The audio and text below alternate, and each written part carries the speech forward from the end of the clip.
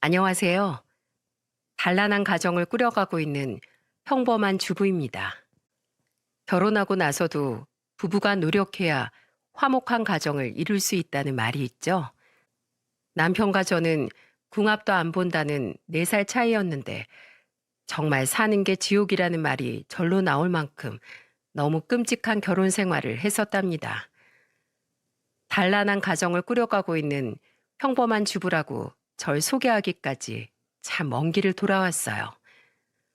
둘이 아무리 좋아 죽어도 대문으로 가난이 찾아오면 사랑은 창문으로 도망간다는 말이 있지 않습니까? 그런데 저는 대문으로 가난이 찾아온 게 아니라 며느리 때려잡는 시모가 찾아온 거죠. 처음 남편을 만났을 때만 해도 시모가 저런 사람이라고 상상도 못했어요. 요즘 세상에 이런 시모도 있다는 걸 알리고 싶어서 이렇게 사연을 보내게 됐습니다. 이렇게 털어놓기까지 저도 많은 시간이 흐르고 이제는 많이 극복해서 한번 편하게 써 내려가 볼게요. 제가 남편을 처음 만나게 된 건 직장인 모임에 나갔다가 만나게 된 사이였죠. 그러다 따로 만나게 되면서 자연스레 연인 사이로 발전하게 됐습니다. 결혼 정년기에 만난 사이라 그런지 시모가 저를 무척 궁금해 하셨어요. 그때가 남편과 연애 기간이 1년째 되던 해라 슬슬 양가 어른들을 뵙고 인사드려야겠다고 생각했죠. 아무것도 모르는 어린아이도 아니고 결혼 정년기에 만난 사이라서 어른들도 궁금하시겠다 싶었습니다. 그렇게 저는 시모를 처음 만나게 됐습니다. 나중에 알고 보니까 시모는 서울에서 부동산 투자로 많은 재산을 모은 분이셨어요. 그래서 그런지 처음 시모를 만났을 때 인상만 보고 잔뜩 긴장까지 했었어요. 그런데 인상과 달리 시모는 활짝 웃으면서 저한테 이런 말을 했죠. 내가 궁금해한다고 해서 놀란 건 아니죠? 네? 아니에요. 저도 어머님 뵙고 싶었어요. 그렇게 생각했다니 다행이네요. 우리 아들이 진지하게 만나는 사람이 있다길래 누군가 궁금했거든요. 외동 아들이라 그런가 궁금한 게 많아요. 시모는 강해 보이는 첫인상과 달리 친근하게 말을 이어나가셨어요. 그렇게 식사하면서 대화하다 보니 점점 분위기도 편해졌죠. 긴장했던 것과 달리 너무 좋은 시간을 보내서 다행이라고 안심하려는데 시모가 저한테 이런 질문을 했습니다. 내 번호 알려줄 테니까 나한테 생년월일이랑 태어난 시간 좀 보내줘. 태어난 시간은 꼭 부모님께 물어봐서 정확하게 알아와. 아, 네, 알겠습니다. 혹시 궁합이라도 보러 가시게요? 음, 다 미신이라고 하는데 봐서 나쁠 건 없잖아. 그리고 그냥 장난으로 보는 거야. 아는 사람이 간다길래 그냥 거기 껴서 다녀오려는 거니까 너무 신경 쓰지 말고. 잘 끝났다 싶은 순간에 시모가 저한테 미션을 주는 것 같았어요. 솔직히 궁합을 보러 간다는데 신경 쓰지 말란다고 신경이 안 쓰이겠습니까? 그래도 우선 알겠다고 하니까 시모가 저한테 본인 번호를 알려줬습니다. 결국 저는 집으로 돌아가 생년월일과 태어난 시간을 보내드렸죠. 그 후 시모는 저와 남편이 천생연분이라면서 기뻐하셨어요. 그러더니 시모는 서울의 아파트까지 마련해주면서 남편과 저한테 이런 말을 하셨답니다. 이 아파트는 너희들 잘 살라고 주는 아파트야. 내가 남편 잃고 제일 서러웠던 게 내 집 없다는 게 제일 무섭고 서러웠어. 여기서 건강하게 오래 잘 살기나 해. 어머니는 서울에 있는 아파트를 남편 명의로 돌려주셨고 골치 아프게 하던 신혼집 문제가 단번에 해결됐죠. 하지만 이 집이 따뜻한 보금자리가 아니라 쥐덫이라는 걸 저는 까맣게 몰랐습니다. 그곳에서 시작한 신혼생활은 저를 도간에 든 쥐로 만들었어요. 그렇게 양가 어른들의 축복을 받으면서 결혼에 꼴이 난 저와 남편은 깨소금 냄새 풀풀 나는 신혼생활을 시작했죠. 결혼하고 초반에는 문제없이 아주 잘 지내고 있었어요. 남편과 서로 생활 습관도 잘 맞고 살만했습니다. 그런데 하나 부담스러운 게 있다면 바로 시모가 반찬을 너무 많이 보낸다는 거였죠. 저랑 남편 둘이 살고 있고 직장인이라 밖에서 밥을 더 자주 먹으니까 늘 남기만 했어요. 그러다가 한 번은 양손 가득 반찬을 가져와 남편과 저를 보며 이렇게 말하는 겁니다. 신우야, 너 같은 반찬만 먹으면 질려하잖아. 그래서 엄마가 반찬 해왔어. 시모가 반찬통을 자랑스럽게 열면서 말하자 남편은 기겁했어요. 손이 얼마나 큰지 거의 대가족이 먹을 양 같았죠. 남편은 그런 시모를 보면서 이렇게 말했습니다. 엄마, 이걸 다 어떻게 먹어요? 회사 가면 나가서 밥 먹는데 집에서 삼시세끼 먹을 것도 아니고 이건 너무 많아요. 남편이 먼저 운을 띄우길래 저도 이때다 싶어 시모한테 이렇게 말했어요. 어머님, 반찬 해주시는 거 정말 감사한데요. 양이 너무 많아요. 그리고 어머님도 매번 이렇게 저희 몫까지 반찬하시려면 힘드실 텐데 이렇게 안 챙겨주셔도 괜찮아요. 내가 내 아들 먹으라고 반찬 해오는 게 넌 불만이냐? 저는 시모가 그 많은 반찬을 만드는 것도 일인데 직접 가져오기까지 하시니까 걱정돼서 했던 말이었죠. 그때 남편은 시모를 말리면서 이렇게 말했습니다. 엄마, 그게 아니라요. 이제 나이도 있으시니까 쉬라고 하는 말이죠. 평소에 엄마 힘드실 것 같다고 며느리가 얼마나 걱정하는데요. 내가 다 니들 생각해서 하는 거잖아. 근데 왜 이런 것도 못하게 해? 우리도 엄마 생각해서 그만줘도 된다고 하는 거니까 그만하세요. 나도 엄마가 이렇게 무거운 거 들고 오는 거 보면 마음이 영 불편하지. 우리 아들 엄마 걱정했어? 미리 말하지. 괜히 엄마 때문에 마음 쓰지 마. 이제 이런 거 안 가져올게. 분명 저랑 남편이 비슷한 말을 했는데 저한테는 정색하더니 남편한테는 걱정스러운 목소리로 말하시더라고요. 정말 기가 막혔는데 그래도 이제 반찬을 그만 가져오겠다고 하시니까 다행이라고 생각했죠. 그렇게 한동안은 또 시모가 잠잠했습니다. 남편이 한마디만 하면 시모는 아들 말이 법인 것처럼 따르는 거예요. 처음에는 그게 엄청 이상하고 특이하다 싶었죠. 그리고 시모가 아들 사랑이 좀 유별나다 싶었습니다. 솔직히 지금 생각해보면 그렇게 아끼는 아들 장가는 어떻게 보냈나 싶기도 했죠. 그때는 둘 다 직장이다 보니까 결국 아침은 그냥 간단하게 먹게 됐어요. 남편도 아침에 밥을 먹고 가면 소화가 잘 안 된다고 간단하게 토스트나 시리얼 같은 걸 먹고 다녔습니다. 그러던 어느 날 주말에 뜬금없이 시모가 찾아온 적이 있었죠. 저는 너무 놀라서 시모를 보면서 당황한 표정으로 물어봤어요. 어머님, 주말에 갑자기 웬일이세요? 이 근처 왔다가 잠깐 들렸어. 왜? 내가 못 올 곳이라도 왔어? 아니요, 그건 아닌데요. 미리 전화라도 주셨으면 준비라도 해뒀을 텐데 갑자기 오셔서 대접해 드릴 게 마땅치가 않네요. 내가 뭐 밥 먹으러 왔니? 그냥 어떻게 사나 싶어서 온 거야. 부담 갖지 마. 시모는 부담 갖지 말라면서 집 안으로 들어왔습니다. 그런데 말과 달리 시모는 집에 들어오자마자 매의 눈으로 구석구석 살피고 있었죠.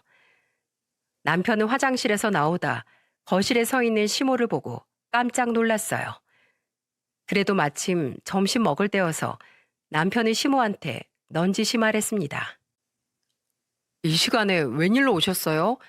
이렇게 오셨는데 우리 같이 외식이라도 해요. 외식이라니?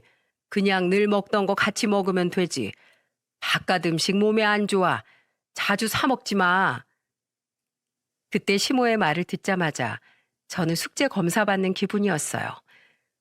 그래도 그 와중에 다행인 건 미리 사온 반찬이 있어서 다행이었죠. 저희는 반찬은 반찬 가게에서 사다 먹고 집에서는 밥만 만들어 먹었습니다. 둘 다 밖에 있는 시간이 길어서 직접 반찬을 만드는 것보다 이렇게 반찬만 사오는 게 더 저렴했어요. 그래서 시모가 늘 먹던 걸로 그냥 집에서 해 먹자고 했을 때 저는 미리 사온 반찬을 접시에 조금씩 덜기 시작했죠. 그런데 그때 언제 주방까지 왔는지 시모가 저를 보고 놀란 목소리로 말하는 거예요. 너 지금 뭐 하는 거냐? 그거 반찬통 좀 이리 줘봐. 이거 플라스틱이네. 지금 반찬을 반찬 가게에서 사온 거야? 늘 먹는 게 이런 거야? 둘 다 회사 다녀서 바쁘니까 이렇게 먹고 있어요. 이것도 반찬 가게 아주머니가 직접 만드시는 반찬이에요. 뭐야? 난 우리 아들 키우면서 절대 이런 거 사온 적이 없었어. 맨날 내가 직접 다 만들어서 해 먹였다고. 괜히 우리 아들이 명문대 나온 줄 알아? 나는 혼자서 돈 벌면서 집안일에 아들까지 다 혼자 했어. 남편 없이 산 나도 했는데 넌 왜 벌써부터 이 모양이야? 저는 시모의 호통에 정말 깜짝 놀랐어요. 제가 유통기한 지난 반찬을 사온 것도 아니고 대체 뭐가 문제인가 싶었죠.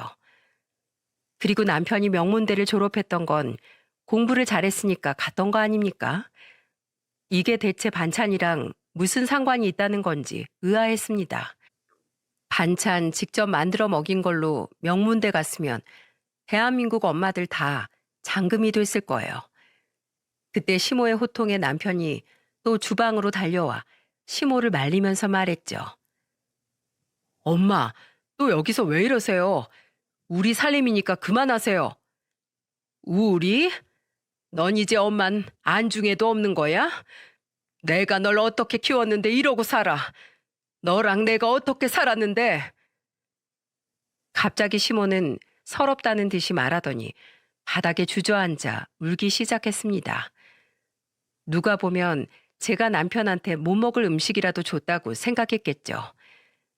이 상황에 가장 서럽고 억울할 사람은 저 아닌가요? 저도 친정에서 귀하게 자랐는데 남편 밥상 때문에 이런 소리를 듣나 답답했어요. 그래서 저는 남편한테 서럽다고 말하면서 우는 시모를 보며 이렇게 말했습니다. 어머님, 제가 좀 부족해 보일 순 있는데요. 그렇다고 할 일을 안 하는 것도 아니잖아요. 그리고 어머님이 저한테 말씀해 주신 방식은 남편을 키울 때 하던 방식인데 저는 남편을 키우는 게 아니라 같이 가정을 꾸려가는 부부예요. 그러니까 어머님처럼 남편을 살뜰히 챙길 순 없죠. 저는 제 생각을 정확하게 말씀드렸어요. 그러자 시모는 저를 죽일 듯이 노려보면서 말했죠. 뭐야? 내가 하나부터 다 따져볼까? 네가 할 일을 다 했다고? 내가 반찬 많이 보냈으면 하나라도 더 남편 먹일 생각 해봤어? 반찬이 많으니까 점심 도시락이라도 싸서 보낼 생각은 해봤냐고. 남편 회사에 멀쩡하게 구내식당이 있는데 왜 굳이 제가 도시락을 만들어줘요? 아침에 저도 출근해요. 여자가 나가서 일해봐야 커피 타는 일밖에 더 해? 회사 가봐야 커피 타고 청소나 하겠지. 돈 몇 푼이나 번다고 남편 밥을 그런 식으로 대접하는 아내가 어딨어? 여자면 내조를 잘해야지. 남편 임원까지 치고 올라가게 하려면 네가 잘해야 된다는 거야. 태어나서 제가 들은 말 중에 가장 어이없던 말이었어요. 저도 멀쩡한 대학교 나와 번듯한 직장 잘만 다니고 있었어요. 물론 남편이 명문대 졸업하고 유명한 중견기업에 다니긴 했죠. 그렇다고 해서 제가 별 볼 일 없는 일을 한다는 식으로 말하는 시모의 말에 화가 났습니다. 그러자 그때 남편은 이러다 더 큰 싸움 나겠다 싶었는지 시모를 말리며 말하더군요. 엄마, 요즘 회사에서 커피 타오라고 시키는 일 없어요. 며느리도 직장인이니까 엄마가 제발 이해 좀 해줘요. 난 네가 피죽도 못 얻어먹고 다닐까 봐 걱정되니까 그렇잖아. 밖에 나가면 먹을 게 널리고 널렸어요. 그리고 다른 사람들도 다 외식하면서 잘 먹고 잘 살잖아요. 그러니까 엄마도 꼭 집밥이 최고라는 강박 좀 버려요. 나는 도시락 같은 거 들고 다니는 게 더 싫어요. 그렇지. 그거 번거롭지? 이 엄마가 생각이 짧았다. 그래, 너 편한 대로 먹고 싶은 거 먹고 다녀. 순간 시모의 대답에 기가 막혔어요. 똑같은 말을 해도 왜 남편이 하면 괜찮고 제가 하면 저는 대역 죄인이 되는 거죠? 아무리 팔은 안으로 굽는다지만 진짜 너무하다 싶었습니다. 정말 시모만 아니면 남편과 저는 아무런 문제 없이 잘 살았죠. 그래도 시모가 아들 말이라도 잘 들어줘서 다행이라고 생각했어요. 그런데 문제는 시모가 신혼집을 밥 먹듯이 온다는 거였습니다. 처음에는 지나가다 들렸다고 하더니 시간이 갈수록 시모는 아예 이렇게 말했죠. 이 집 내가 사줬는데 올 수도 있는 거 아니냐? 내가 오는 게 싫으면 서울 바닥에서 내 집 마련해봐. 제가 왜 도간에 든 쥐였다고 했는지 아시겠죠? 시모가 해준 집은 그야말로 쥐덫이었던 거예요. 그리고 집안 곳곳을 둘러보고는 청소가 이게 뭐냐면서 직접 청소까지 하셨습니다. 대신 청소해주면 좋은 거 아니냐고 할 수 있겠지만 문제는 시모가 손보다 입이 더 바빴다는 거죠. 무슨 청소를 입으로 하는지 입이 쉴 틈이 없는 겁니다. 계속해서 저 들으라는 식으로 답답하다는 듯이 말했어요. 세상에 걸레질은 하고 사는 건지 모르겠네. 양말 바닥에 먼지 붙는 것 좀 봐. 창틀은 또 이게 뭐야? 이런 집에서 잠이 오긴 하냐? 귀신 나오겠다. 시모가 청소하는데 저라고 가만히 있었겠습니까? 저도 청소기를 돌리고 주변 정리를 했죠. 그런데 저희 부부가 집을 돼지우리처럼 사는 것도 아니었어요. 솔직히 집안 먼지는 찾으려고 눈 크게 뜨면 당연히 보이는 건데 시모는 집이 더럽다는 식으로 말하는 겁니다. 그러더니 갑자기 저를 보고 혀를 차면서 이런 말씀을 하셨죠. 이러니까 애가 안 생기지. 집안이 깨끗해야 복덩이 같은 애가 생기지.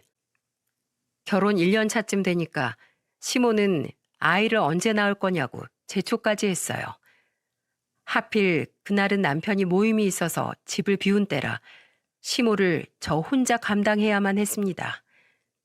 게다가 그날은 저도 그동안 스트레스가 쌓였던 건지 시모한테 이렇게 말했죠. 어머님, 솔직히 지금 매주 오셔서 이러시는 거 너무 힘들어요. 뭐야?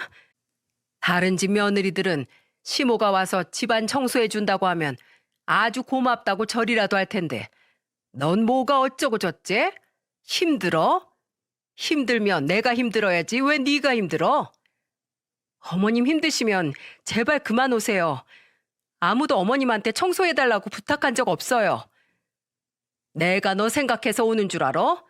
나는 내 아들 생각해서 오는 거야.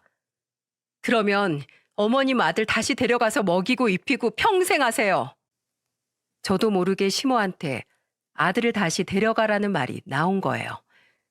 결혼 전에는 저도 어른한테 아무리 화나도 이렇게 대드는 사람이 아니었습니다. 그런데 시모는 아무 말도 안 하면 이거보다 더할 사람이었죠. 정말 오죽하면 다시 데려가라는 말을 했겠습니까? 게다가 시모는 제가 문을 안 열면 열어줄 때까지 문 앞에 죽치고 서 있었어요. 그리고 복도에서 큰 소리로 통화를 하면서 쌍욕을 막 섞어가면서 통화를 하는 겁니다. 그래서 이웃 주민 눈치가 보여 문을 열어줄 수밖에 없었죠. 그런데 그때 잠깐 옷을 갈아입으러 들어온 남편이 시모가 제게 잔소리하고 있는 걸 목격한 겁니다. 남편은 깜짝 놀라 시모를 말리면서 말했어요. 엄마, 또 여기서 뭐 하세요? 제발 그만 좀 오시라고 했잖아요. 신우야, 이거 오해야. 방금까지 쟤도 나한테 말대꾸했어. 널 다시 데려가라고 했다니까. 저 사람이 오죽하면 그랬겠어요. 저랑 같이 나가요. 남편은 옷 갈아입으러 왔다가 옷도 못 갈아입고 시모를 데리고 나가버렸죠. 아마 그날 남편이 시모를 끌고 나가지 않았으면 하루 종일 집에 죽치고 있었을지도 모릅니다. 그 후 시모는 남편한테 된통 한 소리를 들었는지 한동안은 오지 않았어요. 그리고 몇 달 뒤 저는 그토록 기다리던 아이가 생긴 거죠. 그 순간 저만큼이나 양가 어른들도 기뻐하셨습니다. 특히 시모는 제가 임신했다니까 태도가 달라졌어요. 갑자기 저한테 전화해서 처음 들어보는 다정한 목소리로 이런 말까지 하셨죠. 우리 며느리 뭐 필요한 거 없니? 요즘 산부인과 가면 산모들끼리 가방 같은 걸로 서로 눈치 싸움 한다면서? 아니에요. 전 그런 거 신경 안 써서 괜찮아요. 그래, 우리 며느리가 이렇게 사치도 안 부리고 알뜰살뜰해서 잘 살고 있지. 나는 늘 너를 믿었다. 갑자기 달라진 시모의 태도에 놀라긴 했지만 그래도 예전보다 양반이었습니다. 예전에는 남편 위주로 생각했다면 그때는 완전히 제 위주로만 생각하시는 거예요. 심지어는 시모가 임산부는 편하게 자야 한다고 침대까지 바꿔주셨죠. 아직 쓸만하다고 안 바꿔도 된다고 했지만 시모는 저를 보고 걱정스럽게 말했습니다. 이게 다 손주를 위한 건데 내가 이런 푼돈 아끼게 생겼어? 잔말 말고 여기서 푹 자고 네 몸 하나만 잘 챙겨. 시모는 다 손주를 위한 거라면서 저는 몸만 챙기라고 난리였어요. 그때 제가 빈혈이 좀 심했던 편이라 시모가 산모한테 줬다는 철분제를 몽땅 사오기도 했었죠. 그래서 시모가 혹시나 아이가 잘못될까봐 노심초사했던 겁니다. 그런데 제가 그날 빈혈 때문에 조금 휘청였어요. 갑자기 시야가 팽 돌면서 어지럽고 순간적으로 쓰러질 뻔했던 거죠. 그걸 본 시모가 놀란 목소리로 말했습니다. 너 왜 그러니? 어디 아파? 병원 가야 하는 거 아니야? 요즘 빈혈기가 좀 심해져서요. 다음 검진 때 병원 가서 확인해 봐야겠어요. 다음 검진까지 어떻게 기다려? 응급실 당장 가자. 시모는 마치 큰일이라도 난 것처럼 저를 데리고 응급실로 갔습니다. 결국 응급실에서 괜찮다는 말을 듣고 나서야 집에 올 수 있었어요. 시모는 그날 저녁 결심한 듯 남편과 저를 앉혀놓고 심각한 얼굴로 이렇게 말했죠. 내가 생각해 봤는데 여기 들어와서 지내야겠어. 엄마, 갑자기 그게 무슨 말씀이세요? 오늘 며느리 상태를 보니까 저러다 혼자 쓰러지기라도 하면 어떡할 거야? 시모는 제가 빈혈 때문에 쓰러지기라도 하면 어쩔 거냐면서 말했습니다. 하필 친정이 먼 지방에 있기도 했고 그때 친정 아버지가 교통사고로 입원하시는 바람에 친정 엄마도 저를 봐줄 틈이 없었어요. 그리고 시모가 같이 살면서 저를 돌볼 정도는 아닌데 시모는 막무가내였죠.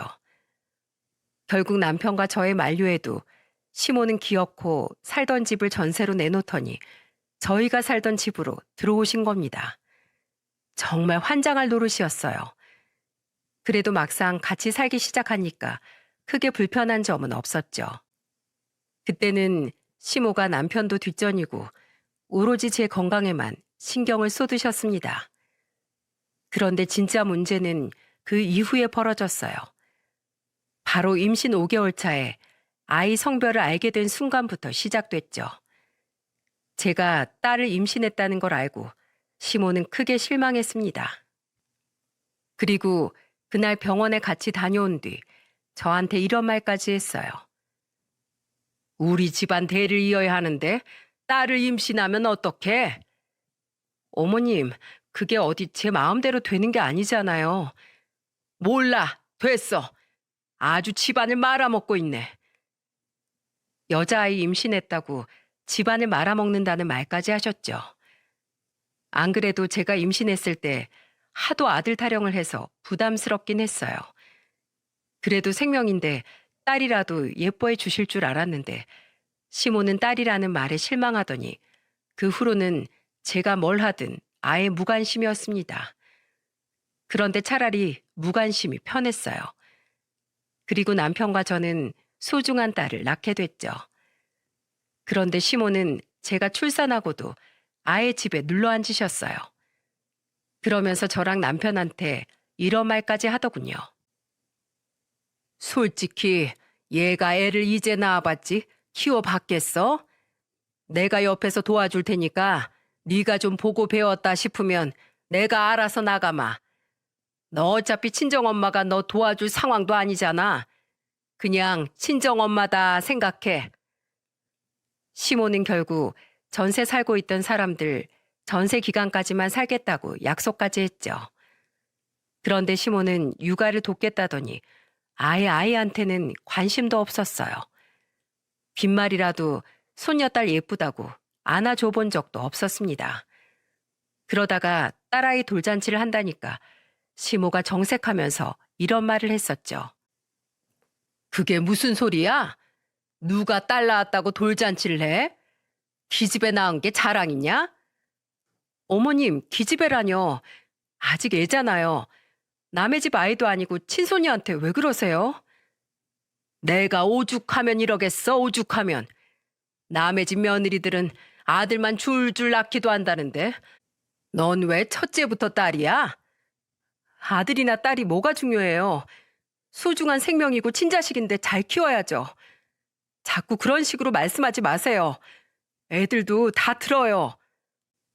내가 아무리 봐도 네 팔자에는 아들이 없는 것 같다.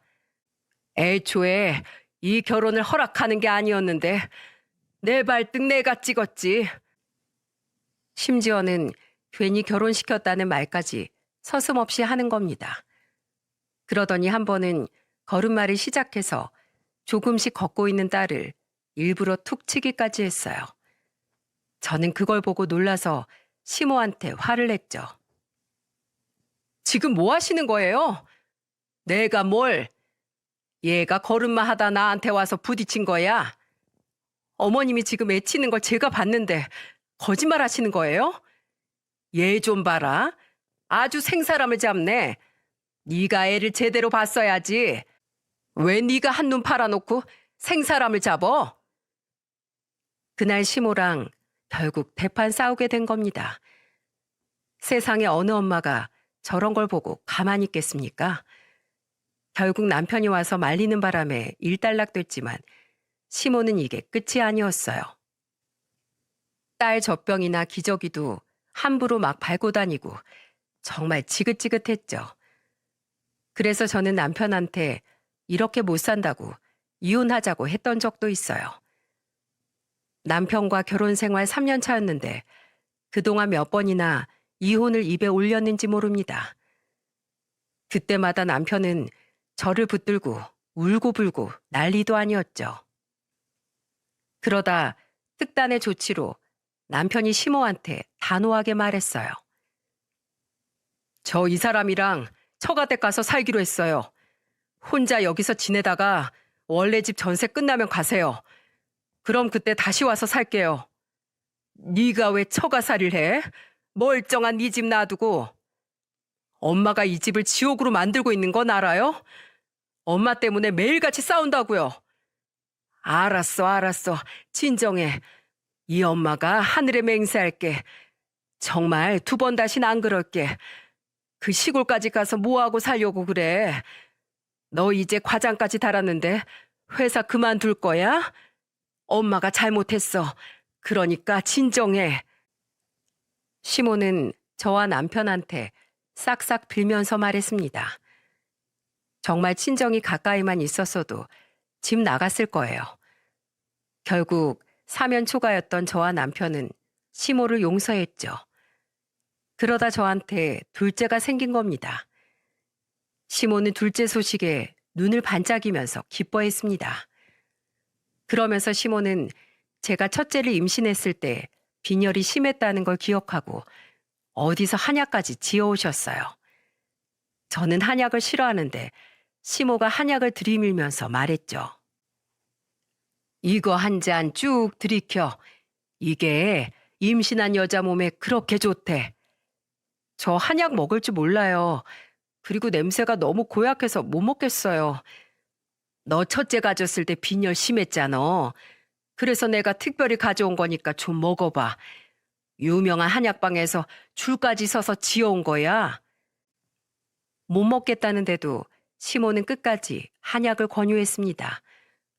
먹을 때까지 계속 이럴 것 같아서 결국 마시게 된 거예요. 그런데 시모가 저를 보더니 의미심장한 말을 하는 게 아니겠습니까? 그거 마시고 건강해져서 꼭 아들 낳아야지. 제가 무슨 아들 낳는 기계도 아니고 정말 너무하다 싶었어요. 그래서 시모한테 단호하게 말했습니다. 그놈의 아들 타령 좀 그만하세요.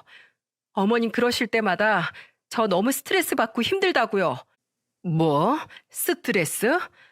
내가 입 꾹 다물고 있을게. 내가 주책이다. 미안하다. 네 몸 관리 잘해야지. 시모는 제가 스트레스 받는다고 하니까 곧장 제게 사과했죠. 제가 임신하고 있어서 혹시나 잘못될까 봐 저러셨던 거예요. 그런데 얼마 뒤 정말 믿을 수 없는 일이 벌어졌습니다.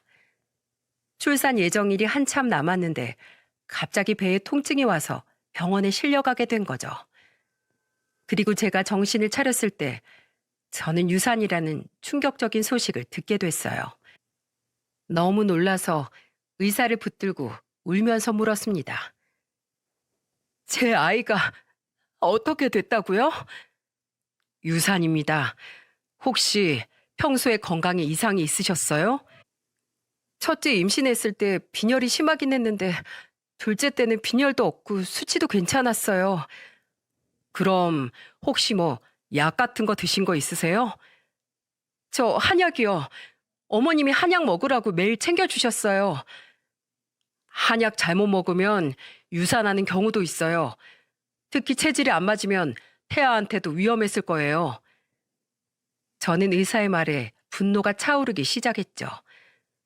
그리고 의사가 나간 뒤 시모가 남편이랑 병실로 들어왔어요. 저를 보면서 아무것도 모르는 시모는 한탄을 하면서 말했습니다. 넌 왜 애를 떨어뜨리고 그래?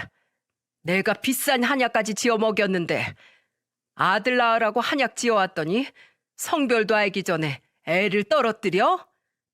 뭐예요? 그게 그런 약이었어요? 어머님 때문에 난 내 애를 잃었어요. 그런데 지금 그런 말이 나와요? 당장 내 애 살려내요. 그게 왜 나 때문이야? 네가 품었지 내가 품었어? 좋은 걸 먹여도 받아 먹을 줄을 모르니까 이 사단이 났잖아. 나가. 당장 나가. 나가서 내 애 살려내. 저는 난동을 부리면서 시모한테 악을 쓰면서 화를 냈죠.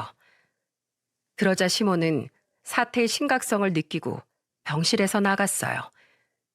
그리고 뒤이어 친정 엄마가 들어오더니 남편 뺨을 내리치며 말했습니다.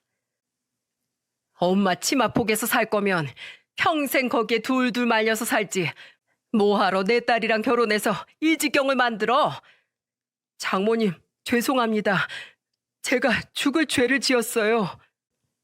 엄마는 제가 잘 살고 있는 줄만 알았는데 유산했다는 소식에 놀라서 오셨던 거예요. 결국 엄마는 가슴을 치면서 울고 있는 저를 안아주며 말하셨죠. 왜 엄마한테 말 안 했어?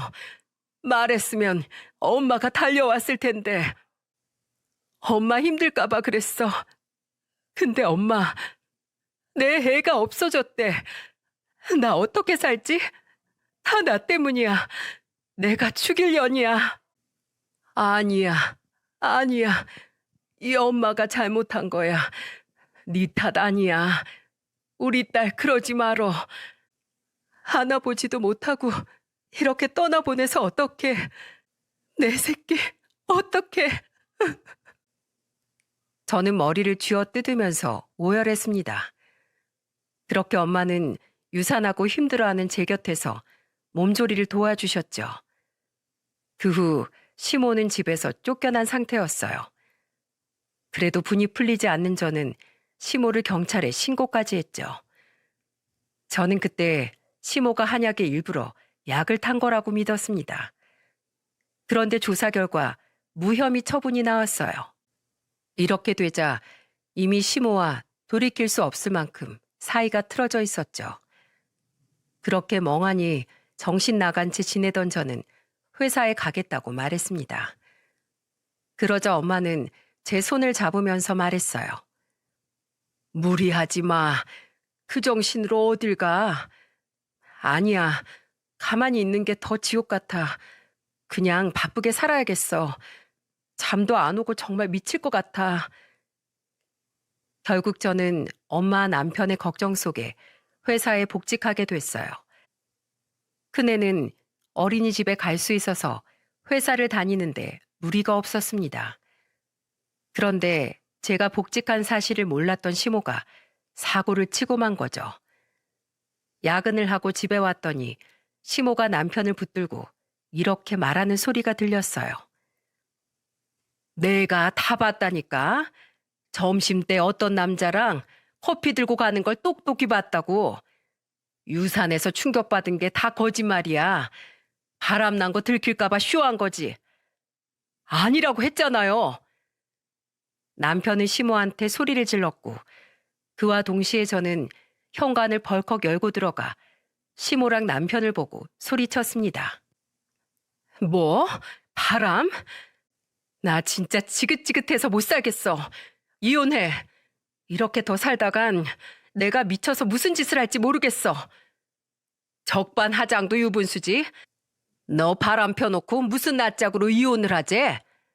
너 그러다 몸뚱이만 딸랑 쫓겨나는 거야.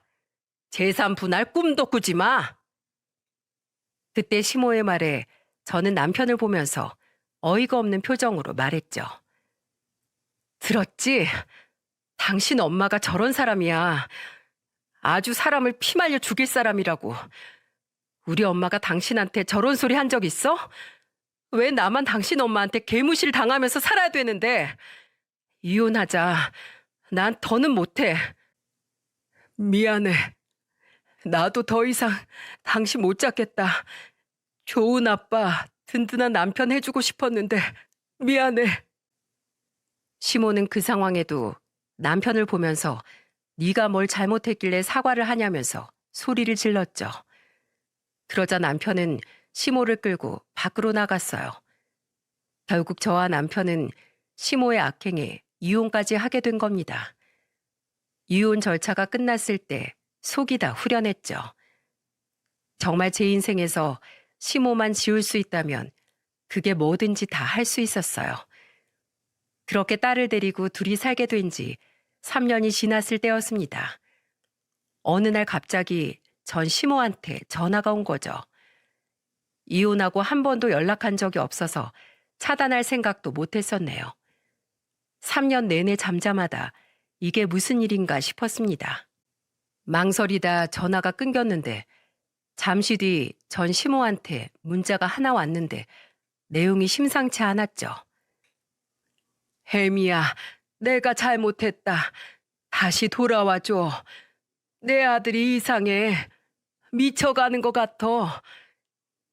저는 남편이 미쳐간다는 말에 정말 깜짝 놀랐습니다. 이혼 당시 저는 남편과 싸우다 이혼한 게 아니라 전 시모 때문에 이혼했던 거라 늘 남편한테는 미안했어요. 그런데 그런 남편이 이상하다니까 걱정이 된 거죠. 결국 저는 무슨 일인지 자초지종을 듣기 위해서 전 시모와 3년 만에 마주하게 됐습니다. 그런데 전 시모는 제가 예전에 알던 그 모습이 아니었어요. 많이 마르고 야인 얼굴에 허약해 보였죠. 전 시모는 저를 보자마자 울면서 말했습니다. 애미야, 잘 지냈니? 나 벌 받고 있나 봐. 내가 다 미안하다. 무슨 일이신데요?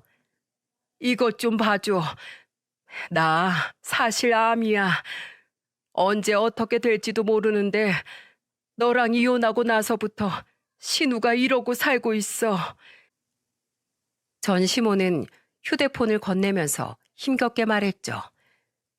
저는 전 시모의 말에 휴대폰에 있는 동영상을 봤는데 거기에는 기겁할 영상이 담겨 있었어요. 찾겠던 남편이 술에 잔뜩 취해서 집안 물건을 때려 부수고 있었습니다. 그리고 전 시모를 보면서 이렇게 말하기 시작했죠. 야, 야, 내 인생 돌려내. 다 망쳐놨잖아. 어떡할 거야? 저는 그 영상을 보고 입을 틀어막았습니다. 정말 상상도 못한 모습이었어요. 그러자 전 시모는 놀란 저를 보고 슬픈 목소리로 말했죠.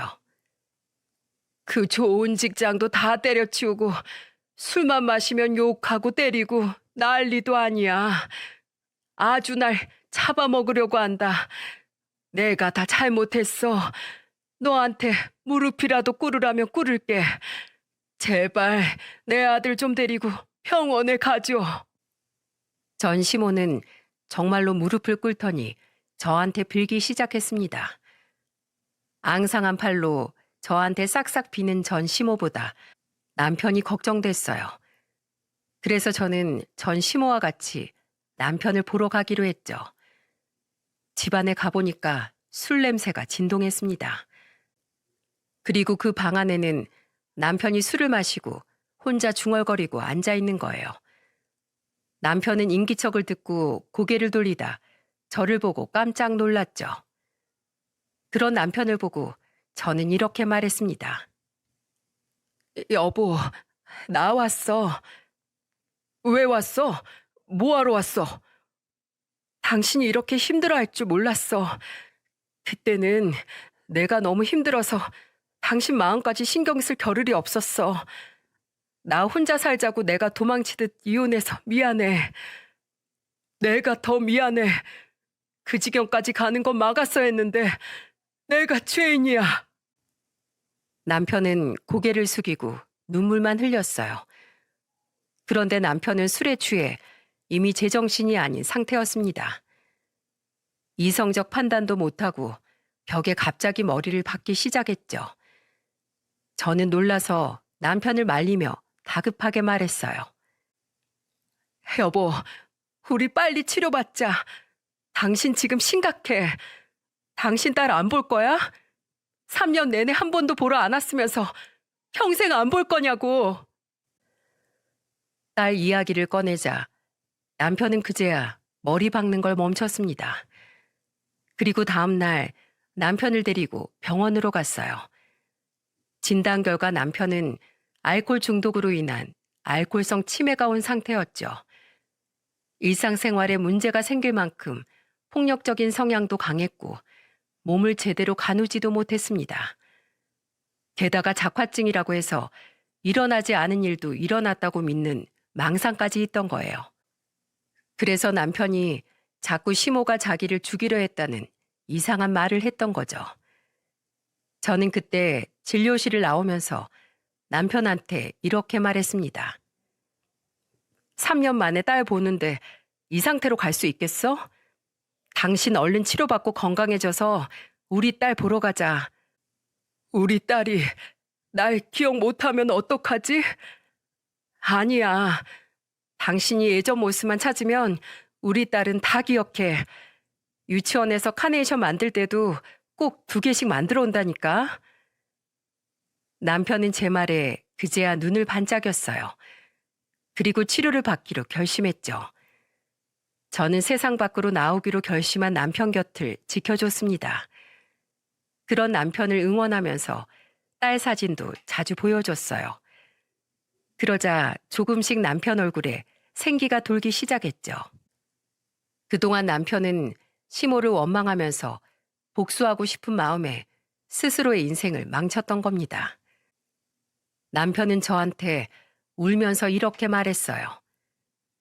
그때는 나한테 처자식이 가장 중요했는데 엄마가 다 망쳤다고 생각했어.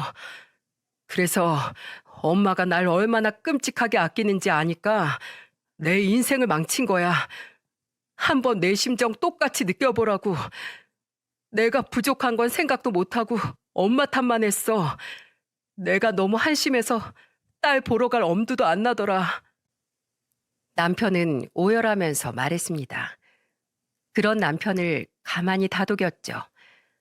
아마도 중간에서 저만큼이나 힘들었을 텐데 그때는 저밖에 생각하지 못했어요. 결국 시모의 욕심으로 저와 남편은 긴 시간을 돌아 서로의 진심을 알게 된 겁니다. 그 후 시모는 저한테 고맙다는 말을 하고 요양병원에 입원하게 됐죠. 그리고 마지막으로 저한테 이런 말을 남기더군요. 내가 미안했다. 나만 없었어도 이렇게 될 일이 아니었는데 미안하다. 평생 없는 듯이 살게. 너희도 나 찾지 말고 둘이서 살아. 이제야 이렇게 말해서 미안하구나. 생각보다 상태가 좋지 않던 시모는 결국 요양병원으로 가게 됐습니다. 그리고 평생 나타나지 않겠다는 조건으로 저는 남편과 재결합까지 하게 됐어요. 서로의 아픔을 가장 잘 아는 저희는 힘든 시간을 같이 이겨냈죠. 그리고 1년 뒤 남편은 비록 약을 먹고 있지만 예전보다는 많이 좋아졌습니다. 하지만 시모는 암투병 끝에 세상을 떠나고 말았어요. 어떤 일이 있어도 우리 가족과 헤어지지 않기로 다짐까지 했죠. 지금 남편은 완전 딸밖에 모르는 바보처럼 살고 있답니다. 부모 말을 들으면 자다가도 떡이 생긴다는 말이 있지 않습니까? 하지만 부모 세대와 지금 세대, 세상이 많이 변한 만큼 무조건적인 조언과 참견은 독이 되는 것 같아요. 시대가 변한 만큼 내 자식을 바라보는 눈도 변해야 되는 게 맞는 것 같습니다. 그리고 자식을 정말 믿는다면 스스로 살 수 있게 놓아주는 것도 필수죠. 언제까지 자식 곁에서 살 수는 없는 거 아닌가요? 결국 다 흙으로 돌아갈 인생인데 그저 잘 살길 바라는 마음으로 지켜봐 주면 좋겠네요. 지금 이렇게 화목한 가정을 되찾기까지 먼 길을 돌아온 만큼 정말 행복하게 잘 살겠습니다. 여러분들의 따뜻한 많은 응원 부탁드립니다.